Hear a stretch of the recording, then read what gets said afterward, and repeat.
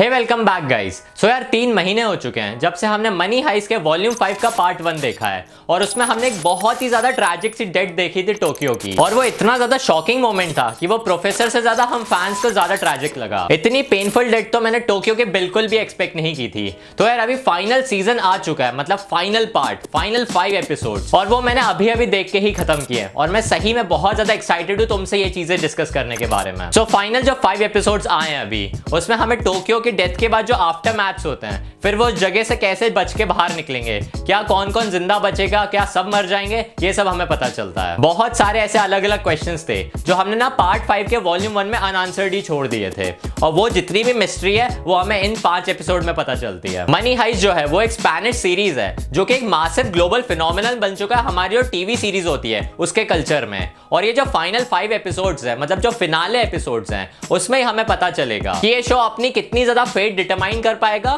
और इसको कितने लोग आगे चल के याद रखेंगे। ये शो जो है वो ऐसी कैटेगरी में नहीं आएगा जिन शोज की बहुत ज्यादा हाइप रखी जाती है और उनकी एंडिंग, मतलब उसका जो फिनाले होता है, वो बहुत ज्यादा बर्बाद हो जाए, जैसे कि था हमारा गेम ऑफ थ्रोन्स। इतनी ज्यादा कल्चरल हाइप थी उस शो की और उसके फिनाले के चक्कर में उनका जो फैन बेस है वो बहुत ज्यादा अपसेट हो गया था। तो मैं बस यही विश कर रहा था कि इसका फिनाले भी कचरा ना हो जाए। तो यार फाइनल 5 जो फिनाले के एपिसोड्स हैं, जैसे ही मैंने उनका पहला एपिसोड देखा, मैं उसी टाइम इतना हुक हो गया था कि यार मैंने सोचा ही नहीं कि मैं उन जो सीरीज है, जो उनकी हाइस्ट वर्ल्ड है, उसको मैं कभी छोड़ के भी गया था।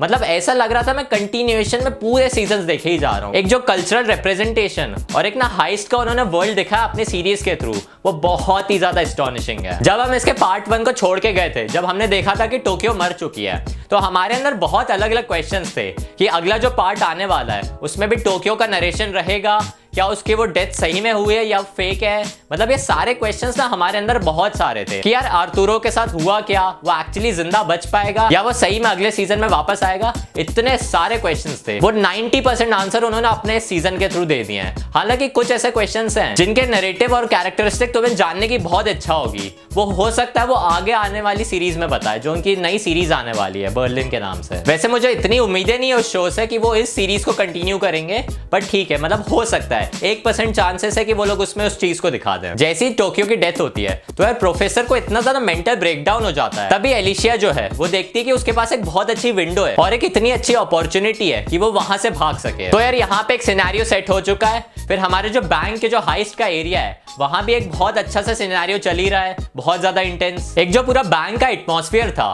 वो इतना ज्यादा इमोशनल और हेवी हार्टेड हो चुका है, क्योंकि उनको पता है कि उनके बहुत सारे जो अपने हैं वो मर चुके हैं, और उन्हीं के साथ साथ जो गांडिया की टीम थी वो भी ना कुछ लोग बचे हुए हैं। तो क्या वो लोग कुछ करेंगे या बाहर से पुलिस फोर्स उन पे अटैक कर देगी, हमें इसका कोई आइडिया नहीं रहता है। तो हम लोग ये मान सकते हैं कि जो बाहर पुलिस है और जो अंदर हमारे चोर हैं, दोनों के साइड में एक बहुत ज्यादा हेवी बर्डन तो है ही। अब क्वेश्चन ये आता है कि एक्चुअली जो हाइस्ट उन्होंने कंडक्ट की है, जो 3 सीजन से चलती आ रही है, वो एक्चुअली वर्दी थी या नहीं। मतलब क्या उनको सही में ये करना चाहिए था या उनको कोई एक अलग रास्ता दिखाना चाहिए था। अब देखो मनी हाइस्ट की जो एक बेस्ट चीज है वो ये है कि वो अपने आप में इतनी ज्यादा इंटेंस और इतनी ज्यादा विजुअली अपीलिंग है कि यार तुम उसको बिना देखे कभी रह ही नहीं पाते हो। मतलब तुम्हें लगता है कि यार तुम्हें कैसे क्रेविंग होने लगती है कि यार मैं अब इसका अगला एपिसोड देख लूं, क्योंकि वो एंड के एपिसोड में ना एकदम से जो सस्पेंस डाल के हमें एपिसोड खत्म कर देता है, उसमें लगता है कि यार सस्पेंस क्रिएट हो चुका है, तो अगले एपिसोड में क्या होगा, तो चलो देख ही लेते हैं। तो इस सीजन में हमें प्रोफेसर का कार चेस का नया एक सीक्वेंस देखने को मिलता है, हमें वैसे ही बर्लिन के अलग अलग फ्लैशबैक्स देखने को मिलते हैं।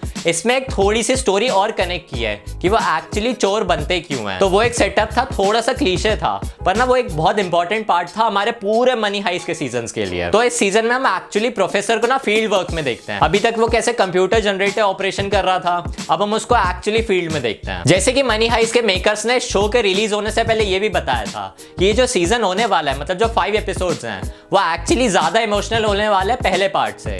तो हमने वैसा एक एक्चुअली फील किया अभी, क्योंकि जितने भी कैरेक्टर्स थे उनके सीजन 1 के फ्लैशबैक्स और जितने भी पार्टीशंस थे वो उन्होंने अच्छे से कंडक्ट करके दिखाया और विजुअली तो बहुत अच्छे से ही दिखाया। इस वजह से लगता भी है कि एक इमोशनल कनेक्टिविटी कनेक्ट होती जा रही है। जैसे कि मैंने बताया कि शो की जो एक अपील थी वो हमें एपिसोड के एंड में क्लिफ हैंगर पे छोड़ के चले जाते थे, ताकि हम इसको आगे जाके ना बिंज वॉच ही कर लें। और फैंस को अलग अलग ना ऐसे ट्विस्टेड आंसर्स देखने को मिलते भी हैं और अलग अलग क्वेश्चंस भी आते हैं कि एक्चुअली अगर ये सिनेरियो नहीं हुआ होता, मतलब जैसे मुझे लगता है, जैसे देख लो कि तुमने वो पूरा सीजन देख लिया है, अब तुम्हें पता है कि उसकी पूरी टीम कैसे निकली उस जगह से, पर अब हमें ये एक्सपेक्ट नहीं हो रहा है कि अगर ऐसा सिनेरियो क्रिएट ही नहीं हुआ होता तो यार मेकर्स के पास ऐसा कोई दूसरा आइडिया था क्या, कोई दूसरा प्लान था कि वो लोग ऐसे सिचुएशन में फंस के ऐसे जगह से निकल जाएंगे।